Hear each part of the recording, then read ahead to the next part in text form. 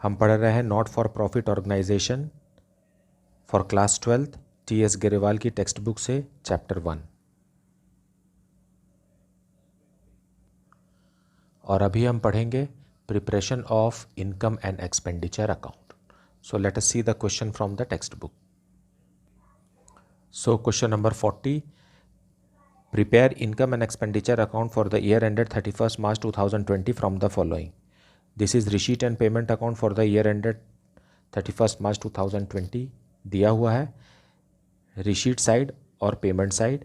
Receipt में है opening balance of cash, subscription, investment of sales of investment, then sale of old furniture जिसकी book value 40,000 थी वो 30,000 में बिक गई है, डोनेशन।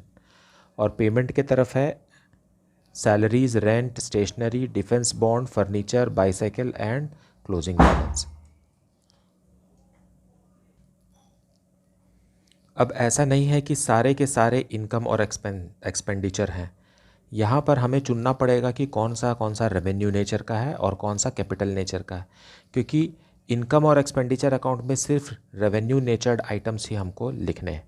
सो यहाँ पर अगर देखें तो कैश ये बैलेंस शीट में जाता है, देन सेल ऑफ इन्वेस्टमेंट के बारे में कोई जानकारी नहीं है कि ये प्रॉफिट में बिका है कि लॉस में बिका है। सो इसको मान लेते हैं कि ये बुक वैल्यू में ही बिक गया है, सो इसको भी नहीं लिखेंगे। सेल ऑफ ओल्ड फर्नीचर के में जो लॉस हो रहा है वो लिखना है बस, और डोनेशन लिखना है, सब्सक्रिप्शन लिखना है। पेमेंट के साइड सैलरी, रेंट, स्टेशनरी, लेकिन डिफेंस बॉन्ड जो है वो एसेट होता है, फर्नीचर भी एसेट है, बाईसाइकिल भी एसेट है और कैश भी एसेट है। सो जिसमें मैंने राइट टिक किया है वही बस लिखना है। So question number 40, in the books of an not for profit organization income and expenditure account for the year ended 31st March 2020, this side is expenditure side and the credit side is income side. So expenditure के तरफ लिखने के लिए हमें receipt and payment account के payment side में देखना है और सारे रेवेन्यू आइटम्स को यहाँ लिखना है। So first item is salary, so 2 salaries. ये प्रॉफिट एंड लॉस अकाउंट के जैसे ही बनाना है। 2 रेंट 50,000 और 2 स्टेशनरी 20,000। नाउ बाकी के जो आइटम हैं जैसे कि डिफेंस बॉन्ड, फर्नीचर, बाईसाइकिल और कैश बैलेंस, ये सब कैपिटल नेचर के हैं और इसलिए ये बैलेंस शीट में आएंगे, यहाँ नहीं आएंगे, इनका ये नेचर रेवेन्यू नहीं है। उसी तरीके से इनकम के साइड लिखने के लिए हमें रिसीट की तरफ देखना है कि हमें कौन कौन सा इनकम हुआ। So first is subscription. Subscription is the yearly fee paid by the members to the club और to the organisation. So subscription 9 lakh का मिला। और सेल ऑफ इन्वेस्टमेंट के बारे में कोई जानकारी नहीं है कि उसमें कितना प्रॉफिट या लॉस जनरेट हुआ, तो इससे ये मानते हैं कि वो बुक वैल्यू में ही बिक गया, इसलिए इसको नहीं लिखेंगे। लेकिन सेल ऑफ ओल्ड फर्नीचर से जनरेटेड जो लॉस है वो हमें लिखना है। सो लॉस है हमारे लिए 2 loss on sale of furniture.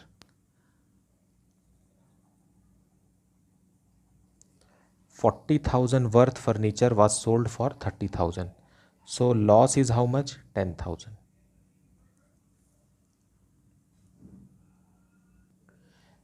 Income में और भी है bye donation,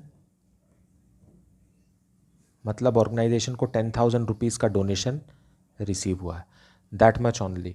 now we will see the balancing figure. This side is heavy, credit side is, so 9,10,000 दोनों साइड आएगा, लेकिन हमें यहाँ एक अमाउंट इंसर्ट करना पड़ेगा, दैट इज़ 3,50,000 और इसी को हम कहते हैं to surplus, that is excess of income over expenditure. So that is the solution. Let us move on to question number 41. Question number 41, prepare income and expenditure account from the following receipt and payment account of Delhi nursing society for the year ended 31 March 2020. Receipt and payment account as for the year ended 31 March 2020. Receipt के side दिया हुआ है opening balance of cash, क्योंकि receipt and payment account एक cash account ही है. Cash जब receive होता है तो डेबिट में लिखते हैं और जब पेमेंट होता है तो क्रेडिट में लिखते हैं. So opening balance of cash. Then subscription received, fees from non members, government grant and donation for building fund and interest. उसी तरीके से पेमेंट के साइड दिया हुआ है salaries, board, laundry and domestic help, rent, rates and taxes, cost of car, expense of car, drugs and incidental expenses and closing balance of cash. फिर नीचे दिया हुआ है donation of ₹10,000 received for building fund was wrongly included in the subscription account. मतलब building के लिए जो ₹10,000 donation मिला है वो इस सब्सक्रिप्शन में इंक्लूडेड है. सो यहाँ से इसको हटा करके डोनेशन फॉर बिल्डिंग में ऐड करना पड़ेगा. ये डोनेशन फॉर बिल्डिंग फंड में ऐड कर देंगे. A bill of medicines purchased during the year amounted to ₹12,800 was outstanding. Government grant is not for a specific purpose. Government grant जो है वो रेवेन्यू नेचर का है. नाउ अब इनकम और एक्सपेंडिचर अकाउंट बनाने के लिए इसमें से चुनना पड़ेगा कि कौन सा कैपिटल नेचर का है और उसे छोड़ देंगे. So opening cash balance capital nature का है और फिर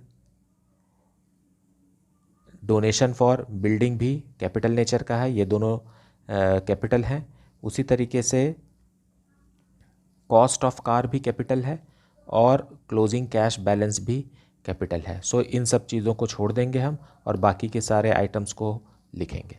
so let us see the solution.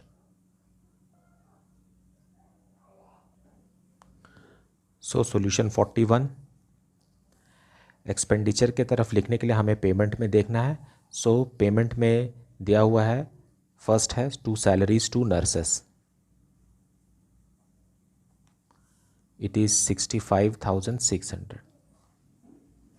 Then to board, laundry and domestic help,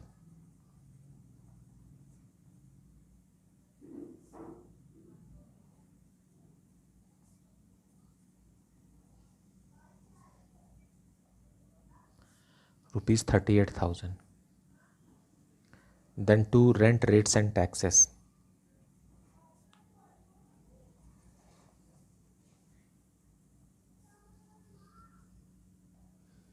₹20,000. Then cost of car जो है वो बैलेंस शीट में जाएगा. एक्सपेंस ऑफ कार यहाँ आएगा.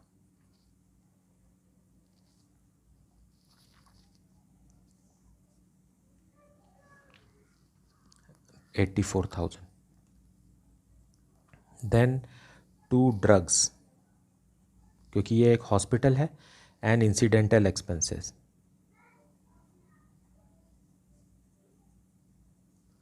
इंसिडेंटल एक्सपेंसेस है 67,000 plus outstanding bill. Outstanding bill भी है, बाहर एडजस्टमेंट से दिया हुआ है 12,800. So put together it is 79,800. Now income के तरफ लिखने के लिए हमें रिसीट में देखना है. सबसे पहला है सब्सक्रिप्शन. Subscription is 1,11,500. लेकिन इस सब्सक्रिप्शन में डोनेशन फॉर बिल्डिंग इंक्लूडेड है. सो डोनेशन फॉर बिल्डिंग जो कि है 10,000 वो लेस कर देंगे और 1,01,500 बाहर लिखेंगे. सेकेंड है fees from non members. So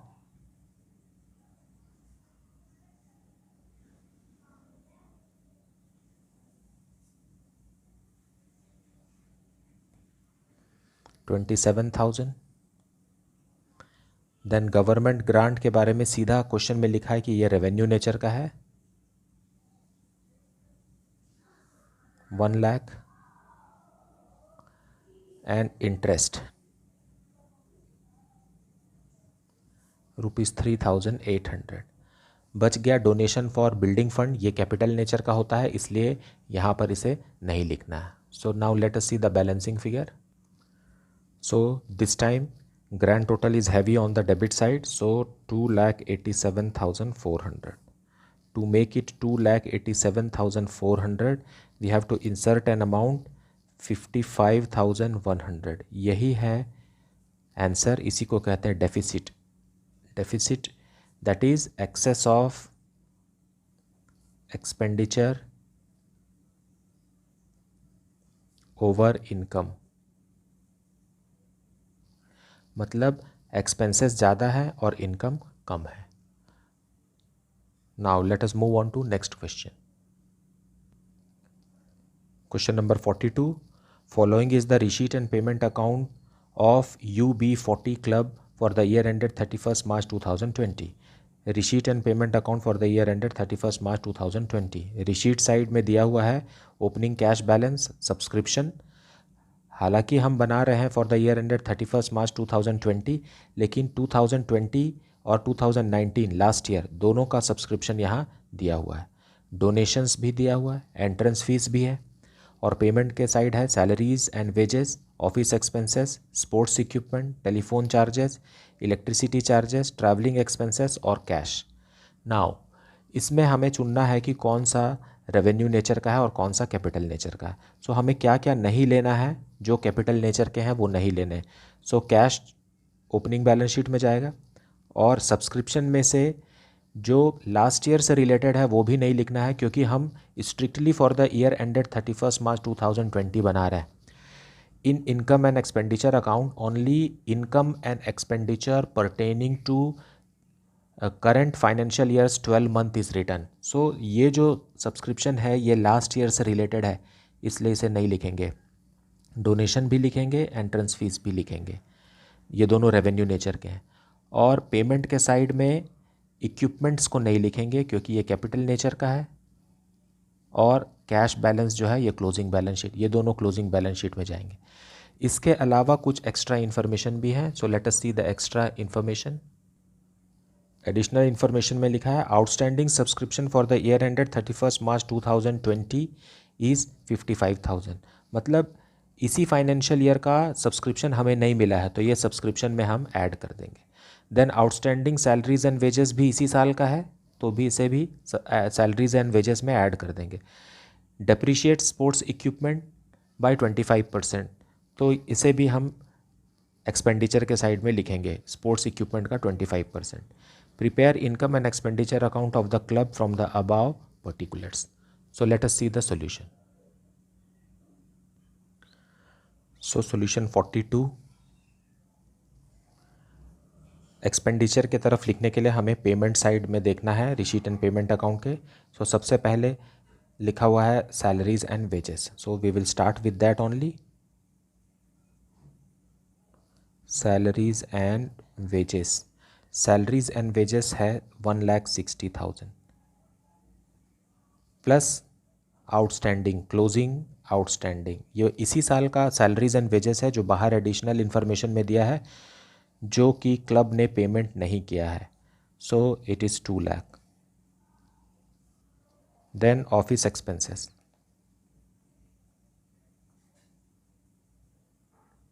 ₹35,000.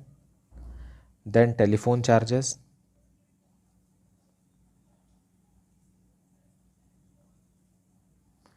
are 24,000. Then electricity charges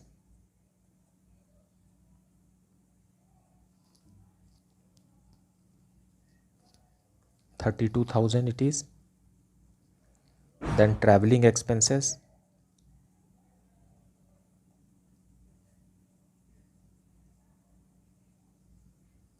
is 65,000. एक और इन्फॉर्मेशन है जो एडिशनल इन्फॉर्मेशन में लिखा हुआ है, that is depreciation. So to depreciation on sports equipment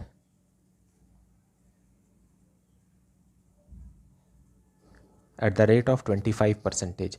so sports equipment जो है वो 3,40,000 के हैं, उसी का 25% हमें डेप्रीशिएशन चार्ज करना है. It is 85,000. Now for rest of the information, On the income side, we have to see the receipt side. So by subscription. For the year ending 31st March 2020, जितने भी सब्सक्रिप्शन मिलने थे उसमें से सिर्फ 3,50,000 मिले, जो कि रिसीट एंड पेमेंट अकाउंट में लिखे हैं। और इसी साल से संबंधित जो क्लोजिंग आउटस्टैंडिंग है या जो क्लोजिंग अक्रूड सब्सक्रिप्शन है जो नहीं मिले, दैट इज़ 55,000। सो इस साल का कितना होना चाहिए? 4,05,000 टोटल सब्सक्रिप्शन है। Then donations. डोनेशंस भी दो तरीके के होते हैं, एक होता है जनरल डोनेशन, दूसरा होता है स्पेसिफिक डोनेशन।